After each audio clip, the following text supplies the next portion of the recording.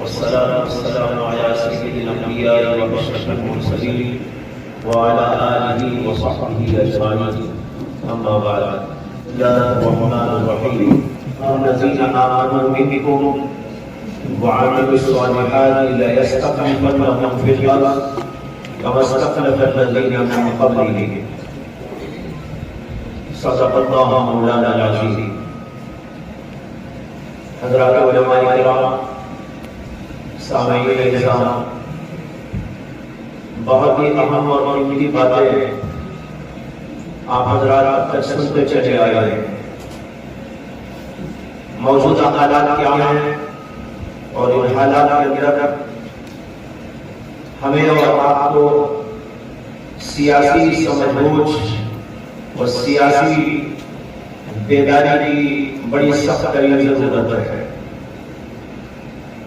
پہلے حالات کو سمجھنا ہے اور پھر اس کا تدارک اور اس کے سلسلے میں محنت اور جدوجہد کی ضرورت ہے. سیاسی بیداری کسی کا نام ہے. سیاسی بیداری کا لفظ بہت عام ہے، بہت مشہور ہے، اور آج کل بڑی کثرت کے ساتھ اس کا استعمال بھی ہو رہا ہے. لیکن میں سمجھتا ہوں کہ بہت سارے لوگ سیاسی سمجھ بوجھ اور سیاسی شعور کا صحیح اور مکمل مطلب نہیں جانتے، بغیر سمجھ بوجھ کے استعمال کرتے ہیں.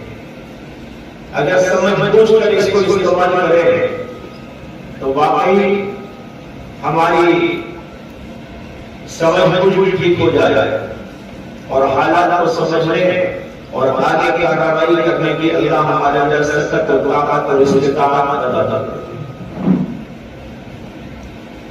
سیاسی سمجھ بوجھ یا سیاسی شعور جس کو کہا جاتا ہے، اس کا مطلب دو چیزیں ہیں. پہلی بات تو یہ ہے کہ حالات کو سمجھنا چاہیے، مسائل کو سمجھنا چاہیے، ان کے اسباب کو سمجھنا چاہیے، اور جہاں سے یہ چیزیں پیدا ہو رہی ہیں، جن ذہنوں سے پیدا ہو کر ہماری طرف آ رہی ہیں، ان ذہنوں کو سمجھنا چاہیے. ایک حصہ تو سیاسی سمجھ بوجھ اور سیاسی شعور کا یہ ہے. اور جب ہم اس کو سمجھ لیں گے، حالات کو سمجھ لیں گے، حالات کے اسباب کو سمجھ لیں گے، اور اس کے ساتھ ان ذہنوں کو بھی سمجھنے کی کوشش کریں گے جہاں سے یہ حالات وجود میں آ رہے ہیں، تو پھر اس کے بعد دوسرا نمبر ہے اس کے ازالے کا. کن تدابیر کے ساتھ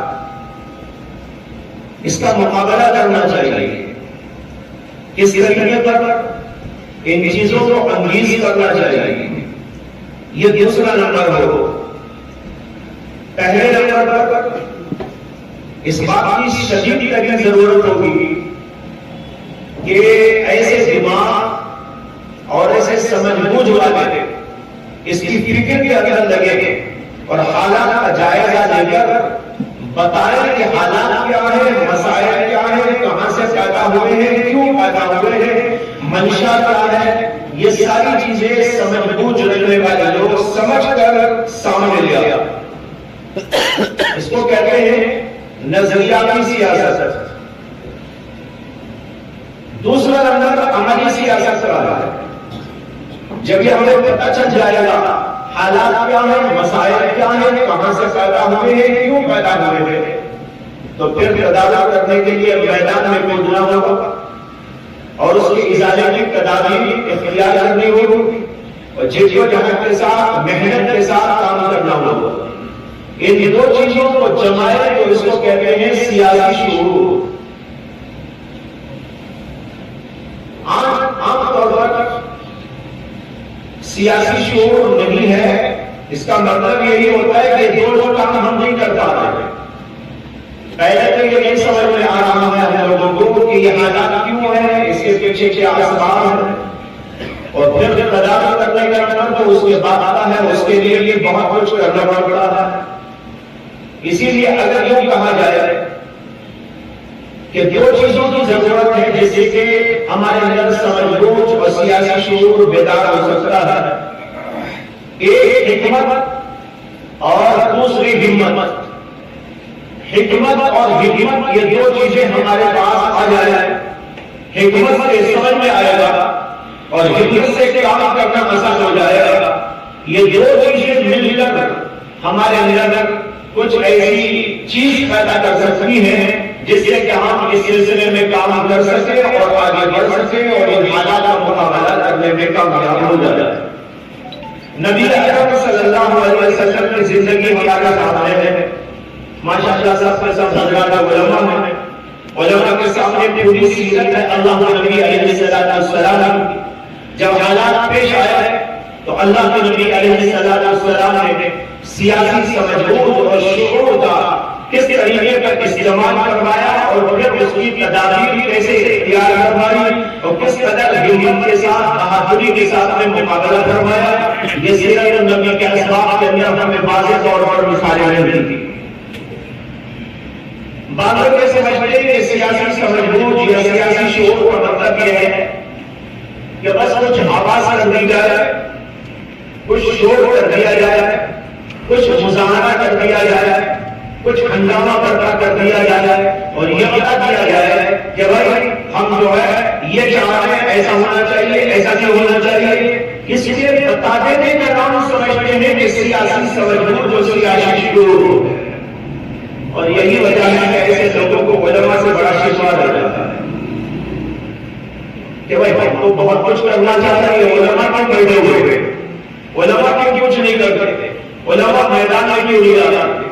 ایک صاحب نے بھی بھری مجلس کے اندر میرے سے ایک جگہ پر سوال کر لیا، انہوں نے پوچھا جب یہ حجاب والا مسئلہ چل رہا تھا اور جگہ جگہ پروٹیسٹ ہو رہا تھا تو اسی زمانے میں ایک جگہ سے سفر کا تھا، وہاں پر ایک صاحب نے سوال کیا اور وہ اسٹوڈنٹ تھے، انہوں نے کہا کہ اسٹوڈنٹ بھی اور دوسرے مختلف طبقات سے تعلق رکھنے والے لوگ بھی پروٹیسٹ کر رہے ہیں، لیکن علماء کیوں پروٹیسٹ کرنے کے لیے میدان میں نہیں آتے، کسی سڑک پر نظر نہیں آتے، کسی میدان میں نظر نہیں آتے، کسی جگہ پر نظر نہیں آتے، یہ کیوں نہیں آتا؟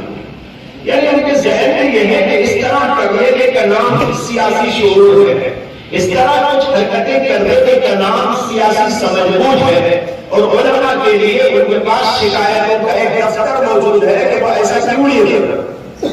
علماء ایسا اس لیے نہیں کرتے کہ بھائی ان کے پاس سیرت النبی کے اسباب موجود ہیں۔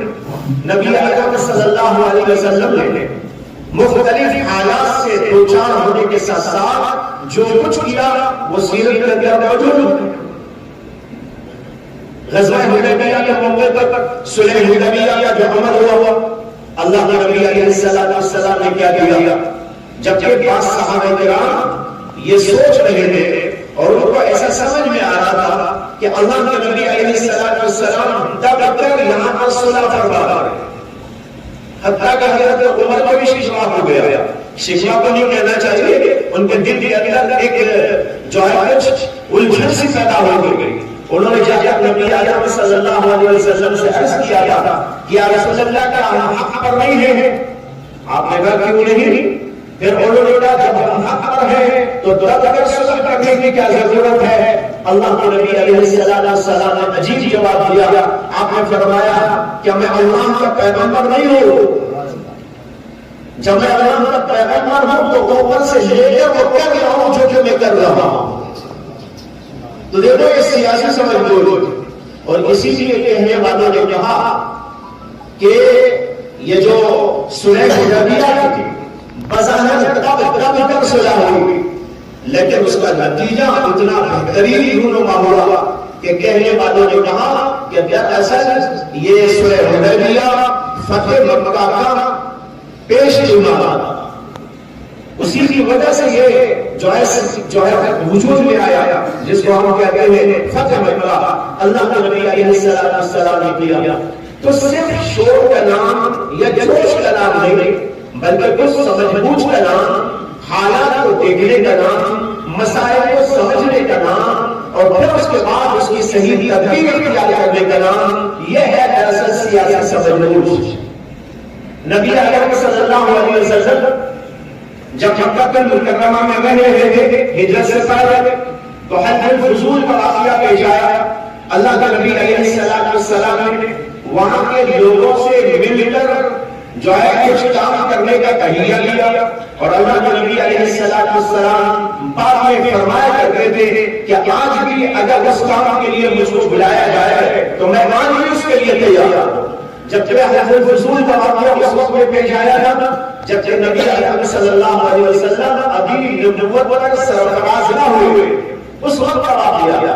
لیکن نبوت کے بعد آپ اس کا حوالہ لیتے تھے اور فرماتے تھے کہ اگر آج بھی مجھے اس کے لیے بلایا جائے گا تو میں اس کے لیے تیار ہوں. یہ سیاسی سمجھ بوجھ کی نبی اکرم صلی اللہ علیہ وسلم. اور جب آپ مدینہ منورہ تشریف لے گئے تو وہاں پر لوگوں کو جوڑ کر اللہ کے نبی علیہ السلام نے ایک معاہدہ تیار کیا جس کو جو ہے وسیقہ مدنیہ کہتے ہیں، جس کے اندر اللہ کے نبی علیہ السلام نے وہاں کے سب لوگوں کو جمع کیا اور ان کے اندر یہودیوں کو بھی جمع کیا اور وہ سب کے ساتھ مل کر اللہ کے نبی علیہ السلام نے کچھ امور کے اوپر معاہدات کیے. ان کو بھی اور ان کو بھی اور خود کو بھی اس کا مکلف بنایا گیا. یہ سب جو اللہ کے نبی علیہ السلام نے کیا اس سے ہمیں روشنی ملتی ہے کہ ہمیں کس طریقے پر سمجھ بوجھ سے کام لینا چاہیے، حالات کا جائزہ کیسا لینا چاہیے اور پھر اس کے بعد تدابیر کی سبیلیں کس طرح کرنا چاہیے. یہ سب اللہ کے نبی علیہ السلام کی سیرت میں اور پھر حضرات صحابہ کرام کی سیرت کے اندر موجود ہے. یہاں پر بات آ رہی تھی کہ بہت سارے لوگ سمجھتے ہیں کہ سیاست ایک شجر ممنوع ہے، اس لیے اس کے قریب بھی نہیں پکڑنا چاہیے. یوں کہہ لیجیے کہ کرنٹ کا کھمبا ہے، کرنٹ کا کھمبا ہے. بھائی اصل میں بات یہ ہے کہ وہ سیاست جو اسلام نے پیش کی اور وہ سیاست جو نبی اکرم صلی اللہ علیہ وسلم نے کر کے دکھائی، وہ سیاست جو حضرات صحابہ کرام رضوان اللہ تعالی علیہم نے اختیار کر کے بتایا، وہ سیاست تو عین حصہ ہے شریعت مطہرہ، عین حصہ ہے شریعت مطہرہ کا. میں امام شافعی کا ایک قول کسی اور جگہ بھی ذکر کیا تھا.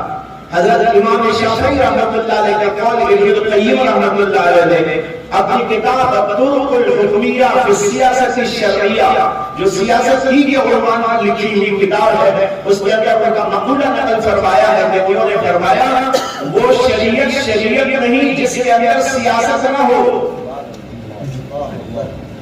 وہ شریعت نہیں جس کے اندر سیاست نہ ہو. اس لیے کہ اگر سیاست کا کھانا نہ رہے گا وہ شریعت مکمل نہیں ہو سکتی، وہ ادھوری شریعت ہے، وہ ناقص شریعت ہے، وہ اسلامی شریعت ہو نہیں سکتی. اس لیے کہ اللہ نے اعلان کیا ہے الیوم اکملت لکم دینکم واتممت علیکم نعمتی ورضیت لکم الاسلام دینا. جب یہ مکمل شریعت ہے، مکمل دین ہے تو اس کے اندر یہ بھی موجود ہے. اور پھر انہوں نے ایک اور بات کہی، وہ یہ ہے کہ فرمایا وہ سیاست نہیں جو شریعت کے تابع نہیں. سیاست ہونی چاہیے لیکن وہ تابع ہونی چاہیے شریعت نے جو اصول بتایا ہے، شریعت نے جو طریقے بتایا ہے، شریعت نے جن چیزوں کو پیش کروایا ان چیزوں کے مطابق اگر شریعت کو لے کر سیاست چل رہی ہو وہ سیاست ہے. اگر شریعت سے اس کو ہٹا دیا جائے تو وہ تو جو ہے چنگیزیت کا نام، وہ تو کسی اور چیز کا نام ہو سکتا ہے، وہ سیاست نہیں. سیاست کہتے ہیں اچھی تدبیر، مفید تدبیر، جس نقصان کو یا جس خرابی کو، جس قسم کی برائی کو ہم دیکھ رہے ہوں اس کو ختم کرنے کے لیے جو تدبیر اختیار کی جائے گی، مناسب سے مناسب، بہتر سے بہتر، مفید سے مفید تر، اس کو کہا جاتا ہے سیاست. اور یہ سیاست وہ ہے جس کے بارے میں نبی اکرم صلی اللہ علیہ وسلم نے فرمایا ان بنی اسرائیل کانت تسوسهم الانبیاء. حضرات بنی اسرائیل کے انبیاء کرام علیہ السلام بنی اسرائیل کے سیاسی رہبر بھی تھے. وہ انبیاء جو آتے تھے وہ سیاسی رہبر بن کر آتے تھے، اور نبی اکرم صلی اللہ علیہ وسلم نے فرمایا کہ میرے بعد تو کوئی نبی آنے والا نہیں ہے، البتہ میرے بعد خلفاء آئیں گے۔ معلوم ہوا کہ اللہ کے نبی علیہ السلام یہ بتانا چاہتے ہیں کہ میں بھی سیاسی رہبر ہوں، اور میرے بعد نبی تو نہیں آئے گا جیسے کہ بنی اسرائیل کے اندر نبی آیا کرتے تھے، ایک نبی کے بعد دوسرا، دوسرے کے بعد تیسرا، بلکہ ایک ہی زمانے میں کئی پیغمبر بھی ہوا کرتے تھے، یہ سلسلہ وہاں چل رہا تھا۔ لیکن میں ایسا دینی رہبر بھی ہوں، پیغمبر ہوں، اور سیاسی رہبر بھی ہوں، ملی رہبر بھی ہوں، کہ اب میرے بعد کوئی بھی پیغمبر تو آنے والا نہیں ہے، لیکن میرے بعد میرے خلفاء ہوں گے، اور وہ خلفاء ہی یہ سب سنبھالا کریں گے۔ تو بھائی اس سے معلوم ہوا کہ حضرات علماء کو بھی نبی اکرم صلی اللہ علیہ وسلم کا خلیفہ اور جانشین کہا جاتا ہے، تو ان کو بھی اس مسئلے میں سیاسی سمجھ بوجھ پیدا کرنا ہے، اور امت کی رہبری اس اعتبار سے بھی ان کو کرنا ہے، اس لیے کہ اللہ کے نبی علیہ السلام بتا گئے کہ میرے بعد خلفاء ہوں گے، میرے جانشین ہوں گے، اور یہ سب جانتے ہیں کہ پیغمبر کے جانشین حضرات علماء کرام ہوا کرتے ہیں۔ خود حدیث پاک میں نبی اکرم صلی اللہ علیہ وسلم کی آپ نے ارشاد فرمایا کہ العلماء ورثۃ الانبیاء، جب یہ وارثین انبیاء ہیں تو نبیوں نے جو کچھ کیا وہی سب کچھ یہ بھی کیا کریں گے، لہذا دینی رہبر بھی یہ ہیں، ملی رہبر بھی یہ ہیں، سیاسی رہبر بھی یہ ہیں، اور اس سلسلے میں ان کو کام کرنے کا پورا حق موجود ہے۔ لیکن چونکہ یہاں جو سیاست چلتی ہے وہ سیاست واقعی شجر ممنوع ہے اسلام کے نزدیک، واقعی اس میں کوئی دو رائے خصوصاً یہاں بیٹھا ہوا طبقہ تو نہیں کر سکتا، باہر والا کوئی طبقہ کرے تو کرے، لیکن یہاں بیٹھا ہوا علماء کا طبقہ اس کے اندر کوئی دو رائے نہیں پیش کر سکتا، کیونکہ واقعی یہ شجر ممنوع ہے، اس لیے کہ یہ سیاست نہیں ہے، یہ چنگیزیت کا نام ہے، یہ سیاست نہیں ہے جس میں لوگوں کی بھلائی کی جا رہی ہو، حق اور انصاف کا دروازہ کھولا جا رہا ہو، لوگوں کے لیے نفع کی باتیں سوچی جا رہی ہو، لوگوں کے بھلائی کے لیے کام کیے جا رہے ہو۔ آج وہ سیاست موجود نہیں ہے، سیاست تو وہ تھی جو اللہ کے نبی نے کر کے دکھائی، جو ابو بکر صدیق نے کر کے دکھائی، جو حضرت عمر بن خطاب نے کر کے دکھائی۔ حضرت عمر بن خطاب روزانہ گشت کیا کرتے تھے یہ معلوم کرنے کے لیے کوئی بھوکا تو نہیں ہے، کوئی پیاسا تو نہیں ہے، کوئی پریشان حال تو نہیں ہے، کسی عورت کو کوئی پریشانی تو نہیں ہے، کسی بیمار کو کوئی پریشانی تو نہیں ہے، ان کے حالات کا جائزہ لینے کے لیے نگراں کرتے تھے، اور پھر اس کے تدابیر کے لیے جو سبیلیں کرنی چاہیے وہ کیا کرتے تھے۔ یہ حکم سیاست حضرت عمر کا مقولہ مختلف کتابوں کے اندر ذکر فرمایا گیا کہ انہوں نے فرمایا اگر میری مملکت کے اندر ایک کتا بھی بھوکا مر جائے، اور ایک روایت میں الفاظ ہے کہ ایک کتا بھی بھوکا رہ جائے، مجھے یقین ہے کہ خدا کے پاس مجھ کو جواب ہوگی۔ یہ ہوگی سیاست، اور یہ سیاست اسی وقت میں قائم ہو سکتی ہے جب آپ لوگ کھڑے ہوں گے، علماء کھڑے ہوں گے، اور دینی رہبر کھڑے ہوں گے، قرآن و حدیث کے عالم کھڑے ہوں گے، جن کے دلوں میں اللہ کا ڈر ہے وہ کھڑے ہوں گے، جن کے دلوں کے اندر دنیا کی محبت نہیں ہے وہ کھڑے ہوں گے، جو ملت اور قوم بلکہ پورے ملک بلکہ پوری انسانیت کی صلاح اور فلاح اور بہبودی کی باتیں سوچ کر لوگوں کے سامنے لاتے رہیں گے، اور ان کی زندگی اسی کے پیچھے چپکی رہے گی۔ ایسے لوگ کھڑے ہوں گے، وہ سیاسی شعور آئے گا جو اس زمانے کے اندر موجود تھا، اور پھر ہم لوگ بھی دیکھیں گے کہ وہی سب کچھ سمراٹ اور برکات یہاں پر ظاہر ہوتے جا رہے ہیں۔ اس لیے بھائیو اس وقت اس بات کی شدید ضرورت ہے کہ علماء کرام اس سلسلے میں توجہ دیں۔ جیسے کہ میں نے ابھی اشارہ کیا، یہ جو ہوتی ہے وہ سیاست جس کو نظریاتی سیاست کہتے ہیں، جس میں سوچنا ہے، سمجھنا ہے، حالات کا جائزہ لینا ہے وغیرہ وغیرہ، اور ایک عملی سیاست۔ کوئی ضروری نہیں ہے کہ ہر آدمی عملی سیاست والا ہی ہو، بلکہ کچھ لوگ وہ ہونے چاہیے جو نظریہ کی سیاست کے حامل ہو، جو بڑا دماغ رکھتے ہو، قرآن و حدیث پر بھی گہری نظر رکھتے ہو، حالات کا بھی اچھی طرح جائزہ لیتے ہو اور ملک اور ملت کے مسائل کو سمجھنے کی ان کے اندر بھرپور صلاحیت موجود ہو، ایسے لوگ یہ نظریاتی سیاست کے حامل ہوں گے اور پھر انہوں نے جو نتائج عرض کیے اس کو لا کر پیش کرنے کے بعد کچھ لوگ وہ بھی ہوں گے جو سیاسی میدان میں عملی طور پر اتریں گے اور کام کرنے والے ہوں گے، کچھ لوگ یہ کام کرنے والے ہوں گے، کچھ لوگ یہ کام کرنے والے ہوں گے۔ ہمیں دونوں قسم کے لوگوں کی ضرورت ہے، کچھ وہ لوگوں کی ضرورت جو سیاسی سمجھ بوجھ رکھ کر اس سلسلے میں محنت کرتے ہوں، اور کچھ لوگ وہ ہونے چاہیے جو عملی میدان میں اتر کر کام کرنے والے ہوں، ان کو حکومت دینی چاہیے، ان کو پیچھے سے جو ہے بیک اپ دینا چاہیے اور ان کے نظریات کو مستحکم کرنا چاہیے اور پھر تدابیر ان کو بتانا چاہیے۔ یہ کچھ لوگ ہوں گے، وہ کچھ لوگ ہوں گے، دونوں مل کر جب کام کریں گے تو یہ جو ہے گاڑی آگے بڑھے گی اور کام کرنے کا جو کچھ کے فائدہ ہے اور اس کے ثمرات اور برکات میں وہ بالکل اشکارا و ظاہر ہوتے جائے گا۔ لیکن بھائیو ایک بات یہاں یہ بھی کہہ دو، آج امت کا مزاج ایسا بنا ہوا ہے کہ سب جگہ کا تو ٹھیک چلتا رہا ہے، لیکن جب ایسے مسائل ملی یا دینی یا کسی اور اس طرح کے مسائل سامنے آتے ہیں تو وہاں پر لوگ یہ چاہتے ہیں کہ آج بیج بونے کے بعد کل نتیجہ ہم دیکھتے ہیں۔ درخت لگاتے ہیں تو نظریہ ٹھیک رہتا ہے، وہاں تو سمجھتے ہیں کہ ابھی نہیں آئے گا، وہ تو ذرا جانے کے بعد نتائج سامنے آئیں گے، پھل آئے گا، پھول آئے گا، اور جگہ بھی ٹھیک رہتے ہیں۔ لیکن جب ملی مسائل آتے ہیں، دینی مسائل آتے ہیں، یا کسی مدرسے کے مسائل آتے ہیں، یا کسی اور قوم و ملت کے مسائل آتے ہیں تو وہاں پر ہم سب بے وقوف بن جاتے ہیں، اتنے بڑے بے وقوف بن جاتے ہیں کہ ان بے وقوفوں کے لیے تو کوئی ایڈمٹ کرنے ہاسپٹل میں نہیں ہے، ایسے بڑے بڑے وقوف بن جاتے ہیں۔ کہتے ہیں کہ بھائی آپ ہونے کے بعد کل نتیجہ دکھا دیجیے، یہ بہت ہی شدید قسم کی غلط فہمی کی بات ہے۔ ہم سب کو بھی اور پوری ملت کو بھی بیدار کر کر ان کے ذہنوں سے اس کو نکالنا چاہیے۔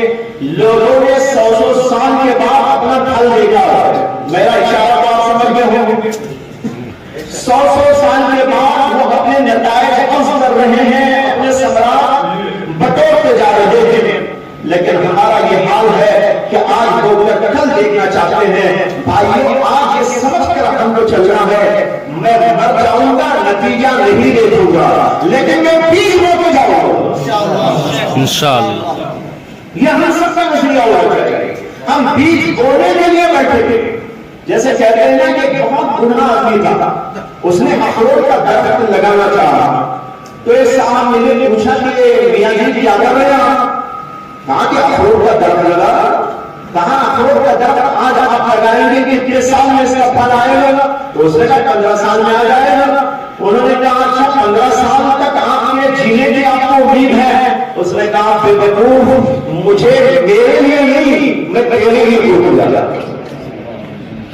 یہ میرے لیے نہیں، مجھے تو یقین ہے کہ میں آج کل چلا جاؤں گا، لیکن وہ بھی اس لیے جا رہا ہوں کہ تو اس کا پھل کھائے۔ ہم سب کو یہی اپنے ذہن کے اندر رکھنا چاہیے کہ آج ہم بیج بونے کے لیے بیٹھے ہیں، اس کی سخت ترین ضرورت ہے، یہ درخت ہم کو لگانا ہے۔ اب تک جو درخت لگے ہوئے اگے ہوئے ہیں اور وہ اپنے کانٹے جو ہے لوگوں کو چھپا رہے ہیں، یہ شجر ممنوعہ کے کانٹے ہیں۔ آج ہم کو وہ شجر لگانا ہے جو اللہ کے نبی لگا کے گئے تھے، جو حضرت ابو بکر صدیق لگا کے گئے تھے، جو عمر بن خطاب لگا کے گئے تھے، جو حضرت علی لگا کے گئے تھے، جو عثمان غنی لگا کے گئے تھے، جن لوگوں نے جو درخت لگایا تھا وہ درخت ادھر ادھر بکھر کے رکھ گیا ہے اور کہیں چھپا کے اس کو رکھ دیا گیا ہے۔ میں یہ نہیں کہوں گا اور کسی مسلمان کو بھی کہنا چاہیے وہ درخت موجود نہیں ہے، وہ ہے، چھپا ہوا ہے، آج اس کو اجاگر کرنے کی ضرورت ہے۔ اللہ کا نبی کا لگایا ہوا درخت ختم تو نہیں ہو سکتا، ہاں کوئی چھپا دے ہو سکتا ہے، چھپا دیا گیا ہے۔ اب اس کو اجاگر کرنے کے لیے ہمیں اور آپ کو کھڑے ہونے کی ضرورت ہے. حالات ہمارے سامنے ہیں, بڑے مسائل ہمارے سامنے ہیں, مستقبل کبھی بھی تاریخی نظر آنے لگتا ہے. آدمی سوچے, ایسا معلوم ہوتا ہے کہ اندھیرا چھایا ہوا ہے, ہمارے بچوں کا کیا ہوگا, بچوں کے بچوں کا کیا ہوگا, یہ امت کہاں جائے گی اور کیا کرے گی. بھائیوں, کئی مسائل ہیں. میں نے قرآن کریم کی ایک آیت آپ کے سامنے پڑھی تھی, ذرا سی روشنی بہت ہی اختصار کے ساتھ, بلکہ اشارے میں عرض کرنے کی کوشش اس لیے کروں گا کہ ہم سب جو ہے پڑھے لکھے لوگ ہیں, ماشاءاللہ قرآن سے اچھی طرح واقف اور دین سے واقف لوگ ہیں. اللہ نے قرآن میں فرمایا وعد اللہ الذین آمنوا منکم وعملوا الصالحات لیستخلفنہم فی الارض کما استخلف الذین من قبلہم. اللہ کا وعدہ ہے مومنوں سے اور نیک عمل کرنے والوں سے, لَيَسْتَخْلِفَنَّهُمْ فِي الْأَرْضِ, کہ اللہ ان کو زمین میں خلافت پر متمکن کریں گے. كَمَا اسْتَخْلَفَ الَّذِينَ مِن قَبْلِهِمْ, جیسے کہ اس سے پہلے لوگوں کو اللہ نے متمکن کی فرمایا تھا. اس لیے اللہ کا ایک وعدہ ہے, یہ وعدہ اللہ کا وعدہ جھوٹا تو ہو نہیں سکتا. البتہ اس کے اندر دو شرطیں لگا دی گئی ہے, الذین آمنوا منکم وعملوا الصالحات. آج اس کے اندر جو کمیاں امت کے اندر پیدا ہو چکی ہے, اسی وجہ سے یہ استخلاف فی الارض والا وعدہ پورا ہوتا دکھائی نہیں دے رہا. اگر اس کے اوپر ہم توجہ دیں تو انشاءاللہ اس کے سلسلے میں بھی اللہ راہیں کھولے گے. آج امت ایمان کے اعتبار سے, اعمال صالحہ کے اعتبار سے انتہائی پیچھے ہوتی چلی جا رہی ہے. اخلاق, دیانت, سچائی, صداقت, یہ ساری کی ساری چیزیں بالکل اٹھا کے نسیان پر رکھی گئی ہے. اس صورتحال میں امت کو یہ سمجھانے اور بتانے کی ضرورت ہے کہ اگر ایمانوں کو مضبوط کرے ہیں, ایمانوں کے اندر خرابی اور ایمانوں کے اندر کمزوری کا یہاں تک جو ہے اس کی نوبت پہنچ چکی ہے. روزانہ کہیں نہ کہیں سے ایسے واقعات سنائی دے رہے ہیں کہ ارتداد کی وبا پھیلنے جا رہی ہے, لڑکیاں مرتد ہوتی جا رہی ہیں. آج بھی ابھی آپ کے راستے میں سن کے آ رہا تھا ایک نیوز, تو اس کے اندر بھی یہی خبر تھی کہ جو ہے ایک لڑکی جو ہے مرتد ہو گئی. ایسا واقعات روزانہ سنائی دے رہے ہیں. انتہائی کمزوری ایمانوں میں پیدا ہو چکی ہے. اعمال کی کمزوری تو انتہا درجے کو پہنچی ہوئی ہے. اس لیے آج امت کو یہ سمجھانے کی ضرورت ہے کہ ایمان اور عمل کی مضبوطی ہمارے استخلاف فی الارض کے لیے جو ہے باعث بنے گی اور اس کا سبب بنے گی. اگر یہ چیز ہمارے اندر نہ پیدا ہوئی تو کبھی اللہ کا وعدہ پورا نہیں ہو سکتا. اور اگر یہ دو چیزیں ہم پوری کرنے میں کامیاب ہو جائے تو اللہ کا وعدہ تو کبھی جھوٹا ہو نہیں سکتا. ضرور اللہ اپنے وعدے کو پورا کر کرے.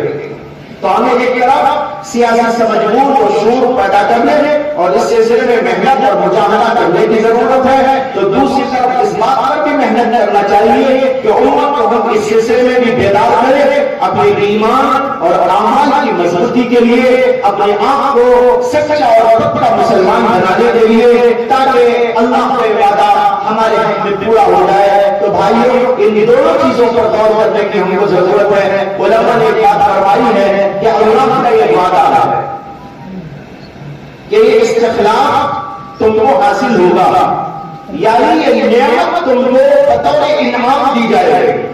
لیکن انعام اسی وقت میں ملتا ہے جبکہ ہم وہ کام کر لیں جس کے اوپر کے انعام کا وعدہ کیا گیا ہے. لہذا ایمان اور عمل اگر ہمارے اندر پیدا ہو جائے اور مضبوط طریقے پر پیدا ہو جائے تو پھر ضرور ہی اللہ کا وعدہ پورا ہوگا. اور اللہ کا وعدہ پورا ہونے کا مطلب یہ نہیں ہے کہ ہمیں کچھ نہیں کرنا پڑے گا, کرنا تو پڑے گا. سیاسی شعور کے سلسلے میں بیداری, اس سلسلے میں محنت کرنا ہوگا, عملی طور پر بھی محنت کرنا ہوگا. لیکن جب وہ کریں گے اس کے ساتھ تو اللہ راہوں کو کشادہ کرتے چلے جائے گا, رکاوٹیں دور ہوتی چلی جائے گی. ہماری خدمات اور ہمارا جو کام ہے وہ برابر ہوتا چلا جائے گا.